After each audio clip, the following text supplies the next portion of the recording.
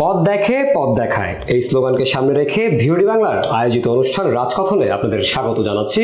আমি জামিল হোসেন। বরাবরের মতো বেশ কিছু সমসাময়িক বিষয় নিয়ে আলোচনা করব আমরা। আজকে আমাদের অতিথি হিসেবে রয়েছেন খুলনা জেলা বিএনপির যুগ্ম আহ্বায়ক মোল্লা খায়রুল ইসলাম খায়রুল। ভিওডির রাজকথনে আপনাকে স্বাগতম। ধন্যবাদ আপনাকে। কেমন আছেন? আলহামদুলিল্লাহ, রাখছে।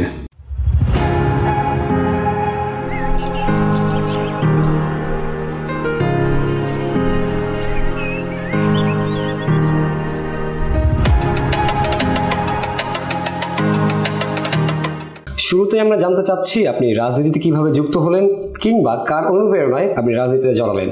চমৎকার একটি প্রশ্ন করেছেন। আপনাকে বলতে হয় আমার জাতীয়তাবাদী আদর্শের সৈনিক হিসেবে কিভাবে পথ চলা, কিভাবে এই রাজনীতিতে আমার সম্পৃক্ত হয়েছি। আপনি জেনে অবাক হবেন, আমার রাজনৈতিক গুরু কিন্তু আমার বাবা। আমি এই কথাটি অনেকের কাছেই বলেছি, কারণ 1981 30শে মে বিএনপির প্রবক্তা শহীদ রাষ্ট্রপতি জিয়াউর রহমানকে যখন শাহাদাত বরণ করতে হয় দেশি বিদেশি ষড়যন্ত্রের মাধ্যমে, তখন আমি আমার বাবাকে দেখেছি। উনি গ্রাম সরকার ছিলেন। আপনি জানেন গ্রাম সরকার পদ্ধতি জিয়াউর রহমানের একটি দেশের ডেভেলপমেন্টের একটা অংশ হিসেবে উনি বেছে নিয়েছিলেন। আমার বাবা খুলনা জেলা গ্রাম সরকার অ্যাসোসিয়েশনের সেক্রেটারি ছিলেন। তখন খুলনা থেকে ঢাকায় আসতে 7 থেকে 8টি ফেরি পার হয়ে কিন্তু ঢাকাতে আসতে হতো।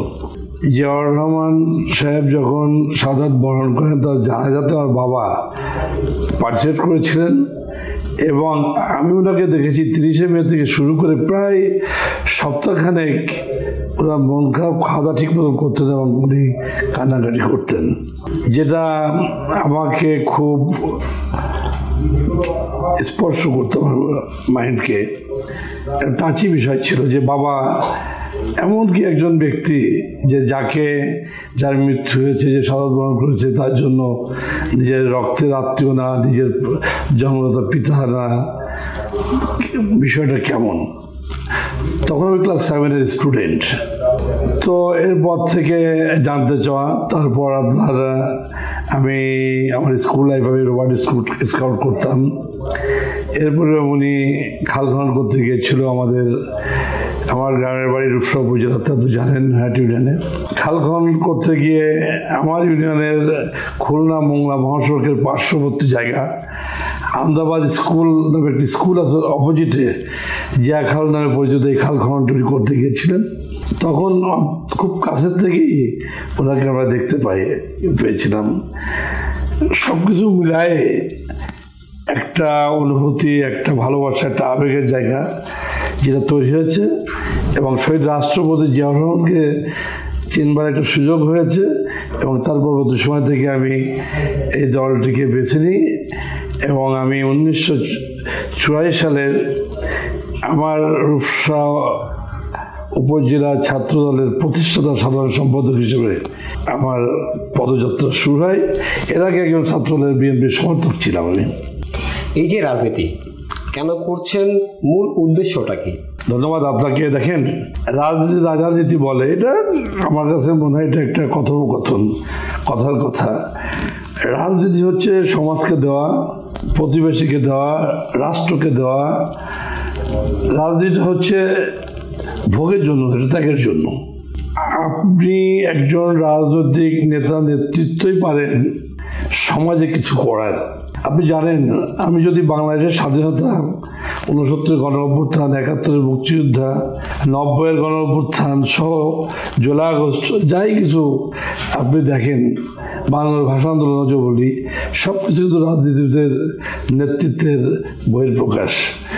তো রাজনৈতিক নেতৃত্ব যদি মনে করেন আমি সততা বজায় রেখে সমাজকে দেবো, মানুষের জন্য কিছু করব, রাষ্ট্রের জন্য কিছু করব, অবশ্যই সে নেতৃত্ব করতে পারে। তো আমি ছোটোবেলা থেকেই আমার বাবাকে দেখেছি সামাজিক কাজ করবার স্পৃহা তার ভেতর ছিল, সমাজকে দেওয়ার স্পৃহা ছিল। আমরা ওগুলো দেখে দেখে শিখেছি যে রাজনীতির উদ্দেশ্য হয়েছে যে, যেমন আমি শিক্ষা প্রতিষ্ঠানের সঙ্গে জড়িত, অনেক দু একটি প্রতিষ্ঠান, বড় প্রতিষ্ঠান যে আমার এলাকায় আছে, আমি রূপসা কলেজের প্রতিষ্ঠাতা, যেটা আমরা 1986 সালে শুরু করেছিলাম। আমার এলাকায় একটা গার্লস স্কুল আছে, ছিল না এটাকে নৈহাটি গার্লস হাই স্কুল, যেখানে প্রায় 1100 মেয়ে অধ্যয়নরত। আমি এই স্কুলটা 91 সালের দিকে আমরা শুরু করি এবং এখনও স্কুলের প্রেসিডেন্টের দায়িত্ব পালন করছি। আর অনেক প্রতিষ্ঠান, স্কুল, মসজিদ, মাদ্রাসা বা সামাজিক এই কর্মকাণ্ডগুলো আমরা এই রাজনীতি করতে আসার পরিপ্রেক্ষিতে পারিবারিক শিক্ষা থেকে, আমাদের অগ্রজ এবং গার্ডিয়ানদের শিক্ষা থেকে কিন্তু আমরা এই সামাজিকগুলো কাজ করি। এই রাজনীতির উদ্দেশ্যটা হচ্ছে যে নিজের স্বার্থকে জলাঞ্জলি দিয়ে মানুষের জন্য করা, সমাজের জন্য করা, রাষ্ট্রের জন্য করা। আমি এক কথা এটাই মনে করি। আগামী দিনের রাজনীতি কেমন হওয়া দরকার, আপনার মন্তব্যটা কি, বা আপনি কি মনে করছেন যে আগামী রাজনীতি এরকম হওয়া দরকার? ধন্যবাদ আপনাকে। আপনি দেখেছেন ইতিমধ্যে আমাদের ভারপ্রাপ্ত চেয়ারম্যান জনাব তারেক রহমান আগামীর বাংলাদেশ, আগামীর রাজনীতি কি হওয়া উচিত 31 দফায় একটা দফা দিয়েছেন, যেটা আমরা সবার সমাবেশ, সেমিনার এবং আমরা আপনার গণমুখী করবার জন্য, মানুষকে উদ্বুদ্ধ করবার জন্য লিফলেট বা বিভিন্ন কিছু আমরা সময় দিচ্ছি। বিভিন্ন প্রতিষ্ঠানে, স্কুল, কলেজ, মসজিদ, মাদ্রাসাতে, বাজার, হাট ঘাট বিভিন্ন জায়গায় আমরা এসেছি। এই আমাদের ভারত চেয়ারম্যান সাহেব দিয়েছেন। আমি মনে করি রাজনীতিতে সৎ, যোগ্য, দক্ষ নেতৃত্বের প্রয়োজন। ইতিমধ্যে ফ্যাসিবাদ পতন হয়েছে। ফ্যাসিবাদ গত 15 বছর 8 মাসে বাংলাদেশ থেকে 90 লক্ষ কোটি টাকা, যেটা আপনাদের মিডিয়াতে এসেছে, এটা আমার ব্যক্তিগত উক্তি নয়, যা পাচার করেছে। তো জুলাই আগস্টে একটা অভ্যুত্থান হয়েছে, 90-এর একটা অভ্যুত্থান হয়েছিল স্বৈরাচারের। 90 ছিল কিন্তু একটা টার্নিং পয়েন্ট। তার মধ্যে ব্যর্থতা, সফলতা দিয়েই সরকারগুলো আঘাত ছিল। হঠাৎ করে একটা গণতান্ত্রিক সরকার 2007 সালে জন্ম হলো, যেটা 1/11 নামে একটা অবৈধ সরকারের জন্ম হলো, যেটাকে বাংলাদেশের এই ফ্যাসিবাদ, বিদায়ী ফ্যাসিবাদ যারা, তাদেরকে স্বাগত জানিয়েছিল।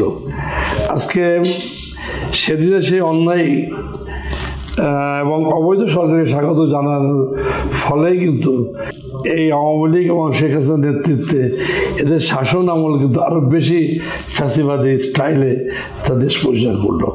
জগদ্দল পাথরের মতো বাংলাদেশের 16-18 কোটি মানুষের ঘাড়ে একজন স্বৈরাচার জোর করে বসেছিল। আপনি দেখেন, আজকে যদি বাংলাদেশ অবশ্যই আওয়ামী লীগ একটা বৃহৎ দল, বিএনপি একটা সর্ববৃহৎ পপুলার বৃহৎ দল। আজকে যদি দেশপ্রেমটা এই নেতা নেতৃত্বের ভিতরে থাকতো, তাহলে আগামীর বাংলাদেশ বা 53 বছরে যে বাংলাদেশ স্বাধীনতা যে 53 বছর চলে গেল, এই বাংলাদেশ মালয়েশিয়া, সিঙ্গাপুর হতো। সেই জায়গাটা কিন্তু আমরা যেতে পারিনি। না যাওয়ার মূল কারণটি হচ্ছে হলো আমাদের পার্শ্ববর্তী রাষ্ট্র কখনো চায় না বাংলাদেশ এবং বাংলাদেশের জনগণ, বাংলাদেশের সরকার মাথা উঁচু করে থাকে। যে কথাটি স্বপ্ন দেখেছিল আমাদের প্রবক্তা শহীদ রাষ্ট্রপতি জিয়াউর রহমান, যেন স্বনির্ভর বাংলাদেশ গড়ব, স্বনির্ভর বাংলাদেশ, সেই স্বনির্ভরতার বাংলাদেশ গড়তে যে বদ্ধপরিকর ছিল, সেটাকে মুখ থিবড়ে দিয়েছে এই রাজনৈতিক যা পতিত ফ্যাসিবাদ। আপনি দেখেন, অবভিয়াসলি যদি আগামী নেতৃত্ব আপনার মানুষের ভোট অধিকার, মানুষের গণতান্ত্রিক অধিকার, রাষ্ট্রের প্রতি প্রেম এবং আদর্শের প্রতি শ্রদ্ধা, এই কর্মকাণ্ড, এই অ্যাক্টিভিটি যাদের ভিতর না থাকবে, সেই নেতৃত্ব যখনই আপনার আবার নেতৃত্বে জায়গায় তখন আবার মুখ থুবড়ে পড়ার সম্ভাবনা থাকে। যে কারণেই আগামীতে নতুন বাংলাদেশ গড়ার স্বপ্ন আমাদের ভারপ্রাপ্ত চেয়ারম্যান দেখেছেন, 31 দফা দিয়েছেন। ওর ভিতর দেখেন আপনার রাষ্ট্র সংস্কার, রাষ্ট্র মেরামত, রাষ্ট্রের ভবিষ্যৎ কীভাবে পরিচালিত হবে, প্রতি 4 বছর অন্তত একটি সরকার থাকবে, প্রতি 2 টার্মের পর কোনো প্রধানমন্ত্রী রাষ্ট্রপতি থাকতে পারবে না। এটাই তো আগামী রাষ্ট্র যে রাজনীতি, যেটা উনি একটা টার্মস অফ কন্ডিশন পাবলিককে দিয়েছেন, একটা প্রসপেক্টাস উনি যাকে দিয়েছেন, এটাই তো আগামীর রাজনীতিতে আপনার পজিটিভ কিছু বয়ে আনবে বলে আমি বিশ্বাস করি। যে রাষ্ট্র, আগামী রাষ্ট্রে থাকবে না দুর্নীতি, থাকবে না আপনার রাজধানী হত্যা গুম, যে রাষ্ট্রে থাকবে না সন্ত্রাস, যে রাষ্ট্রে টাকা লোপাট হয়ে বিদেশে পাচার হবে না, এমনই তো একটা রাষ্ট্র আমরা স্বপ্ন দেখি। ইনশাল্লাহ আমরা মনে করি আগামী দিনে সেই রাষ্ট্রই বোধহয় আমরা সবাই মিলেই করতে পারবো। একটু অতীত নিয়ে আমরা কথা বলতে চাচ্ছি, সেটা হচ্ছে যে বিগত 16 বছরের রাজনীতি কেমন ছিল এবং বিগত 16 বছর আপনি কিভাবে কাটিয়েছেন? একটা সুন্দর এক্সেলেন্ট একটা কোশ্চেন করেছেন। আসলে 16টি বছর তো বিএনপি রাজনীতি করবার চেষ্টা করেছে, আর বাংলাদেশে তো রাজনীতি ছিল না।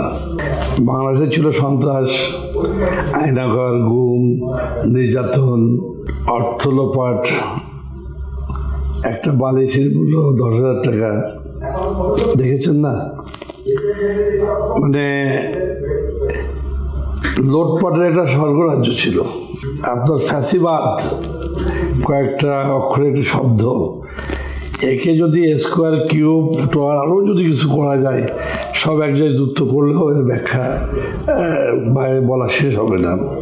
আপনি দেখেন, একটা রাষ্ট্রে একটা রাজনৈতিক দল আওয়ামী লীগ, এই দেশে 74-75 বছর বয়স, একটা বৃহৎ রাজনৈতিক দল, সে দলকে ধ্বংস করার জন্য একমাত্র তৎকালীন অবৈধ প্রধানমন্ত্রী শেখ হাসিনা যথেষ্ট ছিল, আর তার কিছু নেতা নেতৃত্ব।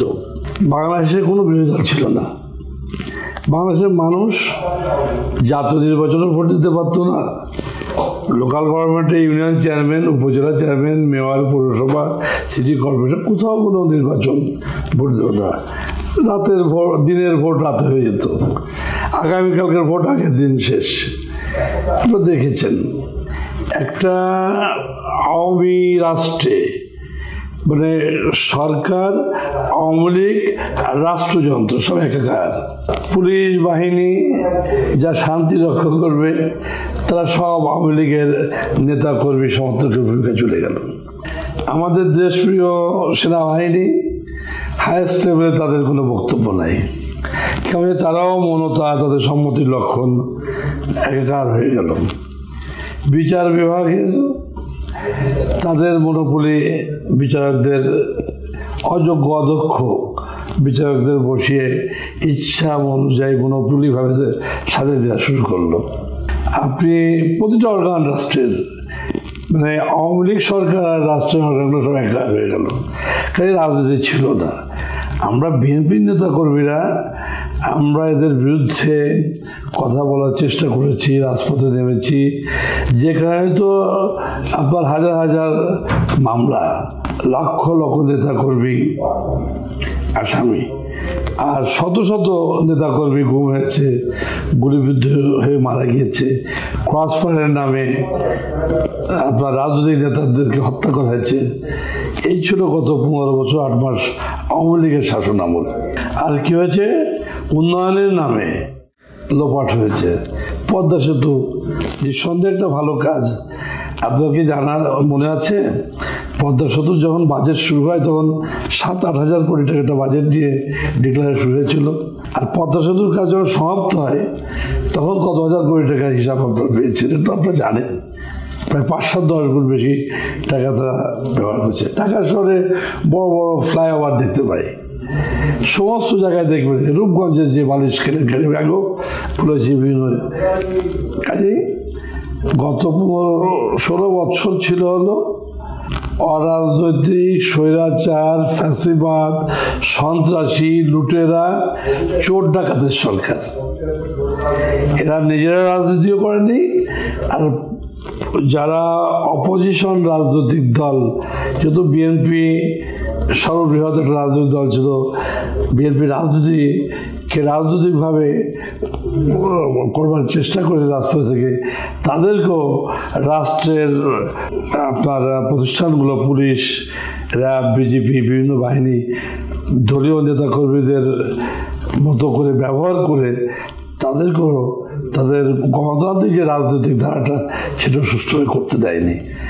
এক কথায় 15 বছর 8 মাসে এদেশে আওয়ামী লীগ, এই পতিত ফ্যাসিবাদ বাংলাদেশের মানুষকে মার্শাল স্টাইলের একটা শাসন, একটা ব্যুরোক্রেসি শাসন, আপনার সে হিটলার স্টাইল যেটা আমরা শুনে জানছি, সে একটা অবস্থা তৈরি করে রেখেছিল। এই যে 16 বছর পার করলেন, আগামীর বাংলাদেশ কেমন দেখতে চান? অবভিয়াসলি আগামীর বাংলাদেশ ভালো হবে, স্বচ্ছ নেতৃত্ব তৈরি হবে এবং আগামীর বাংলাদেশে আমি বলছি না বিশ্বের প্রতিটা দেশে কম বেশি দুর্নীতি আছে, তবে হ্রাস পাবে আমি মনে করি। বাংলাদেশের ডেভেলপমেন্ট অগ্রগতি 90% হয়, আমি মনে করি ওটাই দুর্নীতিমুক্ত। আগামীর বাংলাদেশ আমাদের, আমি আগেই বলেছি ভারপ্রাপ্ত চেয়ারম্যান, আগামীর বাংলাদেশ কোন প্রক্রিয়ায় কোন দিকে চলবে 31 দফার ভিতর দিয়েছে। আরও যদি এদেশের বুদ্ধিজীবী শিক্ষিত সমাজ এর থেকে আরও কিছু ভালো কিছু দিতে পারে, আমি মনে করি যে যদি বিএনপিকে দেশের মানুষ ভোটের মাধ্যমে ক্ষমতায় আনে বা আসতে পারে, নিশ্চয়ই দেখবেন আগামী বাংলাদেশ অবশ্যই ভালো চলবে। যেখানে থাকবে মানুষের ভোট অধিকার, যেখানে থাকবে মানুষের গণতান্ত্রিক অধিকার, যেখানে থাকবে সুষ্ঠু ধারার রাজনীতি, যেখানে প্রতিষ্ঠিত থাকবে বিচার বিভাগের স্বাধীনতা, যেখানে থাকবে নির্বাচন কমিশনের স্বাধীনতা, যেখানে থাকবে না পুলিশ প্রশাসনের নগ্নতা, যেখানে থাকবে রাষ্ট্রের প্রতিটা অর্গান, প্রতিটা প্রতিষ্ঠান তাদের নিজস্ব একটা সত্তা ফিরে পাবে বলে আমি বিশ্বাস করি এবং দুর্নীতি মুক্ত একটি বাংলাদেশ ইনশাআল্লাহ আগামীতে সৃষ্টি হবে এবং যারাই আগামীতে রাজনীতি করতে পারবে আমি বিশ্বাস করি বইটা রাজনৈতিক দলে শিক্ষিত, সুশিক্ষিত, ভদ্র, মার্জিত এবং রাজনৈতিক নেতৃত্বই আগামী দিনে বাংলাদেশকে নেতৃত্ব করবে বলে আমি বিশ্বাস করি। আগামী নির্বাচনে মানুষ বিএনপিকে কেন ভোট দেবে? আপনি জানেন দীর্ঘ ফ্যাসিবাদের বিরুদ্ধে বিএনপি তো রাজপথে ছিল। বিএনপির দ্রব্যমূল্য বৃদ্ধি পেলে বিএনপি কথা বলেছে, বিএনপি ভোট অধিকারের পক্ষে কথা বলেছে, গণতন্ত্রের পক্ষে কথা বলেছে, বিচার বিভাগের অনৈতিক মনোপলি বিচার ব্যবস্থার বিরুদ্ধে বিএনপি কথা বলেছে। বিএনপি যত কর্মসূচি দিয়েছে, যত কথা গত 16 বছর বলেছে এবং এরা পূর্ব যেটা বলেছে তাদের ধারাবাহিকতায় বিএনপি একমাত্র রাজনৈতিক দল যে বাংলাদেশের মানুষের পক্ষে কথা বলে, বাংলাদেশের জনগণের পক্ষে কথা বলে। কাজেই বিএনপির কে মানুষ ভালোবেসেই ভোট দিবে, বিএনপিকে মানুষ বিএনপির নেতৃত্ব দেখেই ভোট দিবে, বিএনপিকে মানুষ ভোট দিবে শহীদ রাষ্ট্রপতি জিয়াউর আদর্শকে দেখে, বিএনপিকে দেশনেত্রী বেগম খালেদা জিয়ার নেতৃত্ব, আপসীন নেতৃত্ব দেখে, বিএনপিকে মানুষ ভোট দেবে জনাব তারেক রহমানের মানে তীক্ষ্ণ বুদ্ধি এবং এই যে পতিত সরকারের যে বিদায়, জুলাই আগস্টের যে আন্দোলন, যে তারেক রহমান ভারপ্রাপ্ত বিএনপি যে মাস্টার মাইন্ড হিসেবে যে কাজগুলো করেছে, এই ফ্যাসিবাদ বিদায় যে ভূমিকা রেখেছে, এই সব কিছু মিলিয়েই কিন্তু বিএনপিকে জনগণ রাষ্ট্রীয় ক্ষমতায় আনবে এবং ভোট দেবে বলে আমি বিশ্বাস করি। বিএনপির নেতাকর্মীদের উপরে চাঁদাবাজির অভিযোগ উঠেছে এবং দল থেকেও কিন্তু বহিষ্কার করা হয়েছে, তারপরও চাঁদাবাজি হচ্ছে কেন? ধন্যবাদ। বিএনপি নেতাকর্মীদের বিরুদ্ধে যে শুধু চাঁদাবাজির অভিযোগ উঠেছে আমি আপনার এই কথার সঙ্গে একমত না, তবে 5 আগস্টের পর কিছু বিচ্ছিন্ন ঘটনা ঘটেছে। আপনি সমাজের একজন মানুষ, সচেতন মানুষ, আপনি সাংবাদিক, আপনি শিক্ষিত মানুষ, নিশ্চয়ই আপনি আপনার পাড়াতে দেখেছেন 2-1টা অনাকাঙ্ক্ষিত ঘটনা ঘটছে। কিছু টোকাই টাইপের কিশোর গ্যাং, অনুপ্রবেশকারী কিছু, যারা কখনোই বিএনপির মিছিল মিটাই ছিল না, দেখবেন যারা দলবদ্ধ হয়ে যারা ছিনতাইকারী ডাকাত যারা এই পতিত সরকারের মিছিল করেছে এই জাতীয় একটা গ্রুপ কিন্তু বিজয় লুটপাট করেছে কয়েকদিন। আমি বলছি না যে একেবারে কিছু ঘটেনি। বিএনপি একটা বৃহৎ রাজনৈতিক দল, সারা বাংলাদেশে লাখো লক্ষ কোটি কোটি আপনার নেতা কর্মী সমর্থকের দল বিএনপি। কিছু বিচ্ছিন্ন ঘটনা ঘটেছে, আপনার তৃণমূল পর্যায়ে কিছু ঘটনা ঘটেছে যেখানে বিএনপির কিছু কিছু জায়গায় প্রত্যক্ষ কিছু ওই পর্যায়ের নেতৃত্ব তৃণমূলের কিছু নেতৃত্ব ইনভলভ ছিল। আমি আপনাকে জানতে চাই, নিশ্চয় আপনি জানেন যে বাংলাদেশে একমাত্র রাজনৈতিক দল বিএনপি 5 আগস্টের পর যে রাজনৈতিক দলের পদস্থ নেতাকর্মীদের বিরুদ্ধে যখন আপনার কমপ্লেন এসেছে প্রমাণিত হয়েছে, বিএনপি প্রায় সারা বাংলাদেশ থেকে সহস্রাধিক নেতাকর্মী বিএনপি অঙ্গ সহযোগী দলের নেতা নেতৃত্বকে কিন্তু বহিষ্কার করেছে। আপনি যে প্রশ্নটি আমি করতে চাই আপনার মাধ্যমে ভিওডি বাংলা চ্যানেলে যে আপনার রাজকহনের অনুষ্ঠান দেখে, সেটি হচ্ছে বিএনপির বাইরে একটা বিশেষ রাজনৈতিক দল তো আপনার 3-4টা টিভি চ্যানেল ডাকাতি করছে, কয়েকটা ব্যাংকও তো ডাকাতি করছে, এদের কথা তো আসতেছে না।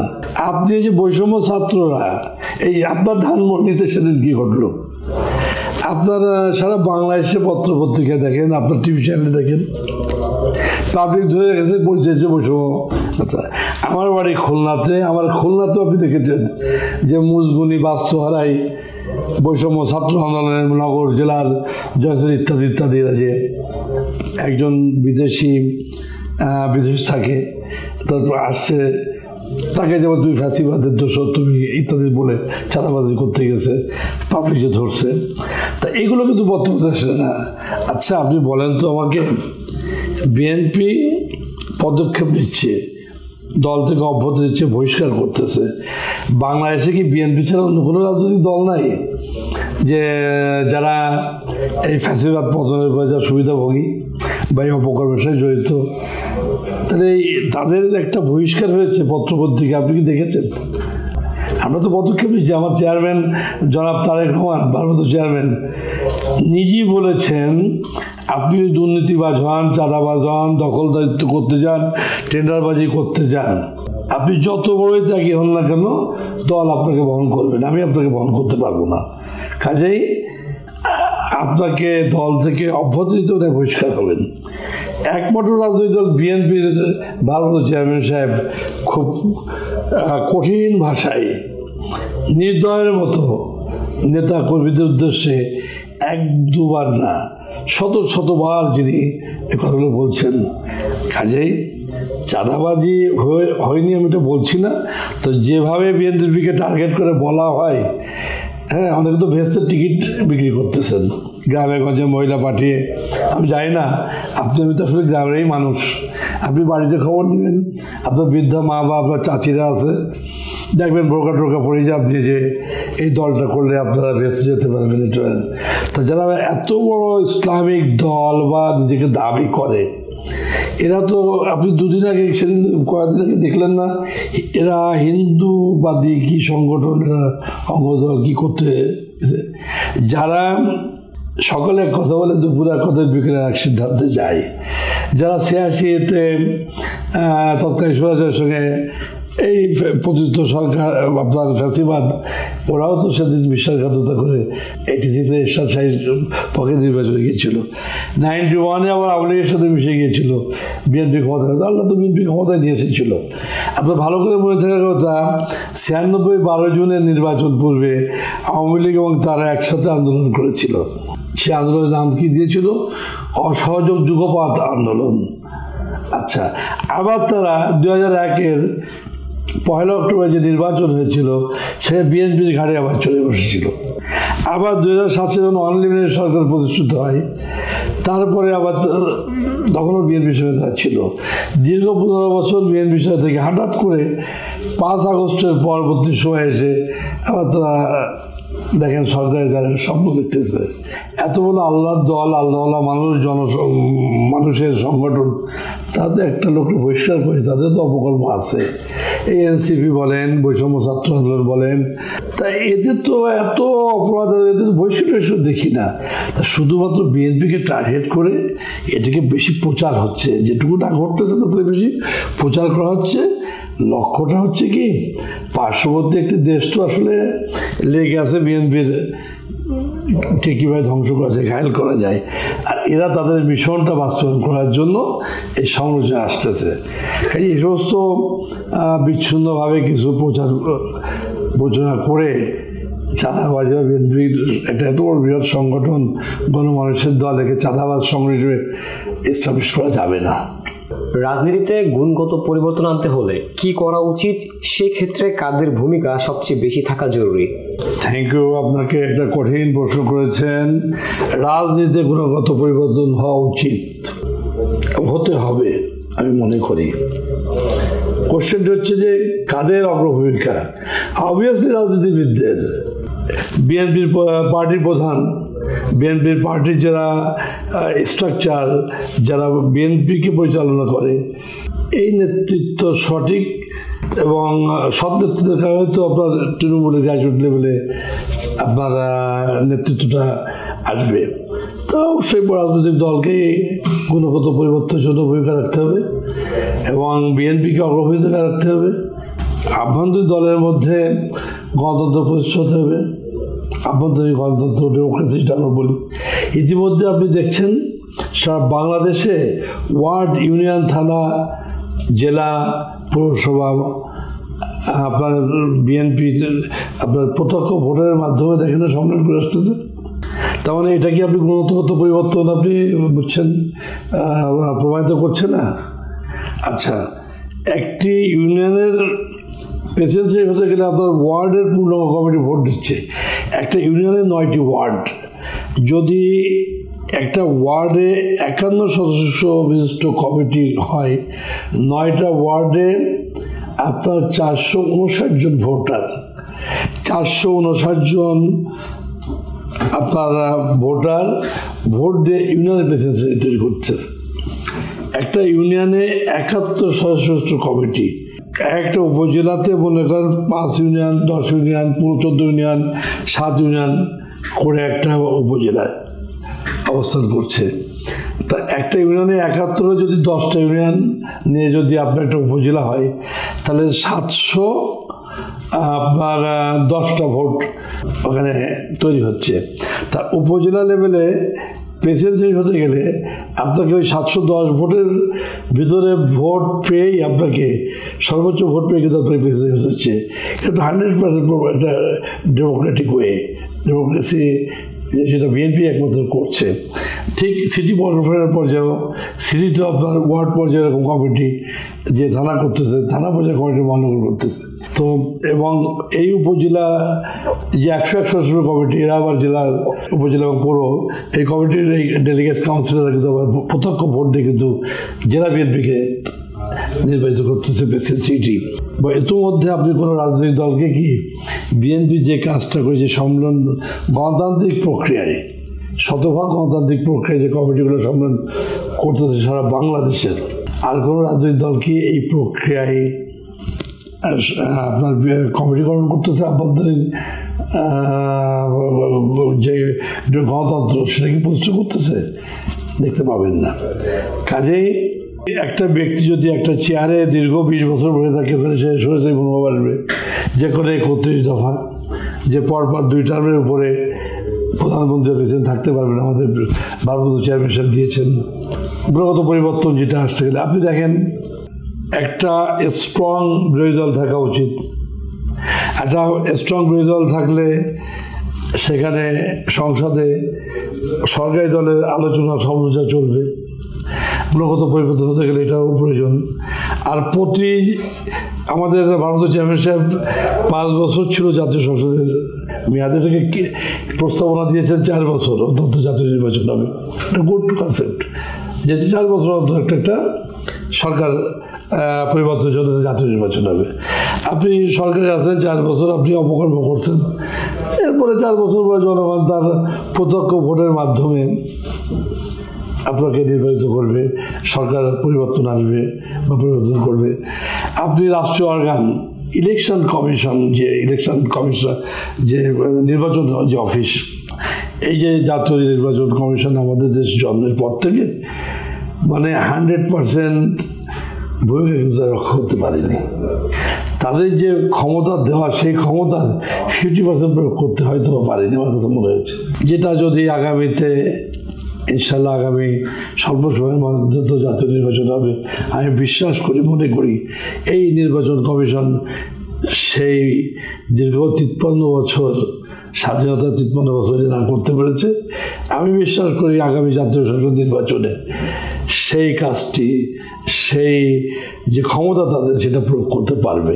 এটা তো রাজনৈতিক গুণগত পরিবর্তনের অংশ।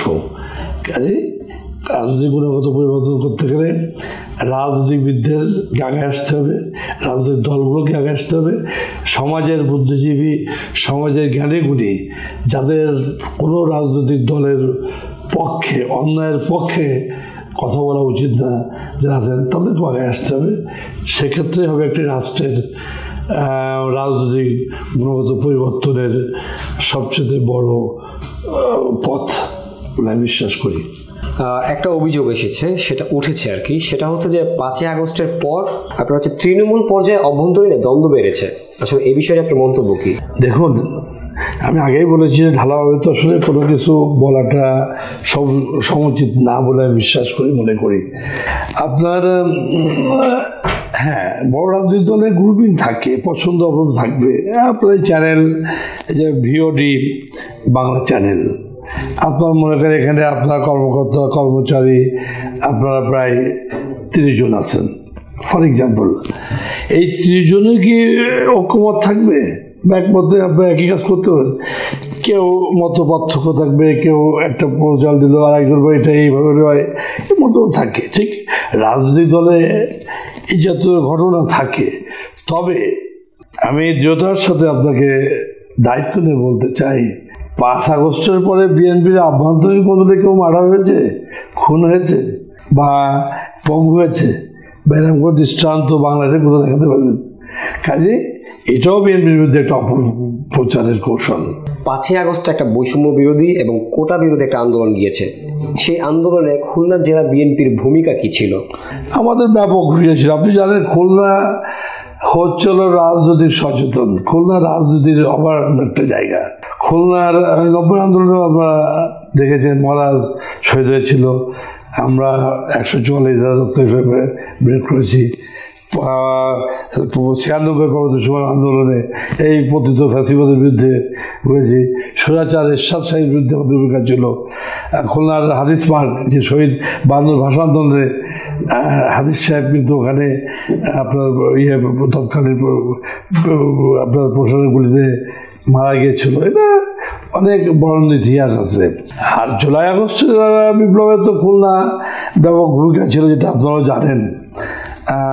একদিকে সাধারণ ছাত্রছাত্রীরা এবং আমাদের পরিবারের ছেলেমেয়েরা, আমাদের রাজনৈতিক পরিবারের সদস্যরা, ইভেন আমাদের পরিবারের, আমাদের ঘরের পরিবারের স্ত্রী সন্তানেরা সবাই কিন্তু রাজপথে নেমে গিয়েছিল।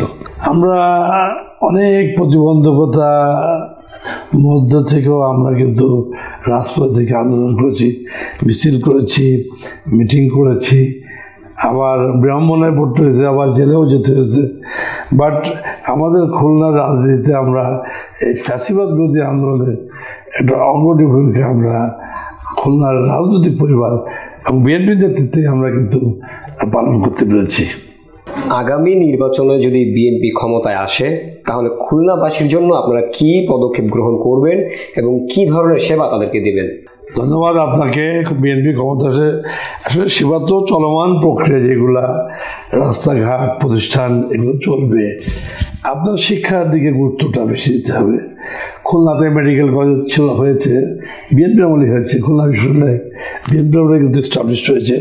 খুলনাতে কয়েকটি প্রতিষ্ঠান সরকারি হয়েছে, সুন্দরবন কলেজ সরকারি হয়েছে, মজিলবাগ সিটি কলেজ হয়েছে।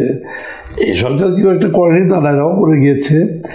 আমরা জনমানুষের স্বার্থের দিকে তাকিয়ে যা যা করণীয় সেই কাজগুলোই আমরা বিএনপির, যদি আল্লাহ পাক রব্বুল আলামিন ক্ষমতায় আসে, জনগণ যদি বিএনপিকে ভোট দিয়ে রাষ্ট্রীয় ক্ষমতায় দেয়, আমরা সেই কাজগুলি আমরা নজর দেব বলে বিশ্বাস করি। শুধু খুলনা কেন, সারা বাংলাদেশের রাষ্ট্র পরিচালনায় সেই কাজটি বিএনপি করবে বলে আমি বিশ্বাস করি। শিক্ষা উন্নয়ন এছাড়া অন্য উন্নয়নের দিক থেকে আগামীতে খুলনাকে কোন পর্যায়ে আপনারা নিয়ে যেতে চাচ্ছেন? না, অবভিয়াসলি আপনি খুলনা এখন অনেক আগাই গেছে। আপনি জানেন আমাদের এক সময় নাম ছিল যে আমরা অলস। আমরা খুলনার মানুষেরা আপনার খুলনা ছেড়ে মানে বাইরে চাকরি বা পড়াশোনা বিভিন্ন দেশে বিদেশে যেতে চাইতাম না। লাস্ট 20 ইয়ার্স বা 20 to 25 ইয়ার্স আপনি দেখবেন আমাদের খুলনা থেকে ডিফেন্সে বলেন, বিসিএসে বলেন, রুয়েট, কুয়েট, চুয়েট, বুয়েট, ঢাকা বিশ্ববিদ্যালয়, বিভিন্ন জায়গায় বলেন, খুলনার মেধাবী তালিকায় দেখেন এখন খুলনার ছেলেমেয়েরা কিন্তু বিভিন্ন জায়গায় কিন্তু অধ্যয়নরত। এবং বুয়েটে যে খুলনার থেকে প্রায় 20-25-40টা ছেলে কিন্তু বুয়েটে এবারও চান্স পেল। ঢাকা বিশ্ব এরকম। খুলনা অনেক অগ্রভূমিকা আছে। স্পোর্টসে যান, খুলনার ক্রিকেট বাংলাদেশকে সব পৃথিবীতে যারা রিপ্রেজেন্ট করে বা পরিচিতি লাভ করে দিয়েছে আরও বেশি পরিমাণ ক্রিকেট, সেখানে দেখেন খুলনার একটা বড় অবদান। খুলনার 4-5-6টা প্লেয়ার রেগুলার বেস্ট লেভেলে থাকে জাতীয় ন্যাশনাল টিমে, এটা আছে। আমরা খেলাধুলাকে, পড়াশোনাকে, ডেভেলপমেন্ট, স্ট্রাকচারাল যে দিকগুলো আছে এগুলো মানে যায়। তবে আমাদের কিছুটা অন্তরায় হচ্ছে যেটা আমাদের এই যে বন্দরগুলো ছিল, মোংলা পোর্ট, চালনা বন্দর, নদীগুলো যেটা আপনার এই যে ক্লাইমেট চেঞ্জ হওয়ার পরে যে নব্যতা আপনার ভরে যাচ্ছে, এই ড্রেজিংগুলো করা, এই চ্যানেলগুলো আবার ক্লিয়ার করা, এগুলো আমাদের আসলে খুবই আশু প্রয়োজন। তাহলে আমাদের যে খুলনার ঐতিহ্য, খুলনা যে ফসলাদি যেটা ডমিনেট করতো এক সময়, আমরা একটু এর থেকে পিছিয়ে পড়তেছি। তো আমি আশা রাখবো যদি বিএনপিকে জনগণ ভোট দিয়ে ক্ষমতায় নেয়, আমরা আমাদের দলীয় আভ্যন্তরীণ যত নেতা নেতৃত্ব কেন্দ্র হয়ে যায় বা কেন্দ্রে আছে, আমরা আভ্যন্তরীণ আলোচনা করছি। তা আমার মনে হয় এগুলাতে নজর দেবে বলে আমি বিশ্বাস করি। আর যোগাযোগ ব্যবস্থা করলে এখন অনেক ডেভেলপ করছে, আরও যেটা বাকি আছে বা প্রয়োজন সেগুলো ইনশাল্লাহ আমার সরকার যদি প্রতিষ্ঠা হয়েছিল নজর দেবে বলে আমি বিশ্বাস করি। এতক্ষণ সময় নিয়ে আমাদের অনুষ্ঠানে দেখার জন্য আপনাদেরকে ধন্যবাদ। দেখা হবে পরবর্তী কোনো পর্বে নতুন কোনো অতিথির সাথে। সেই পর্যন্ত আপনারা ভালো থাকুন, সুস্থ থাকুন এবং ভিওডি বাংলার সঙ্গেই থাকুন।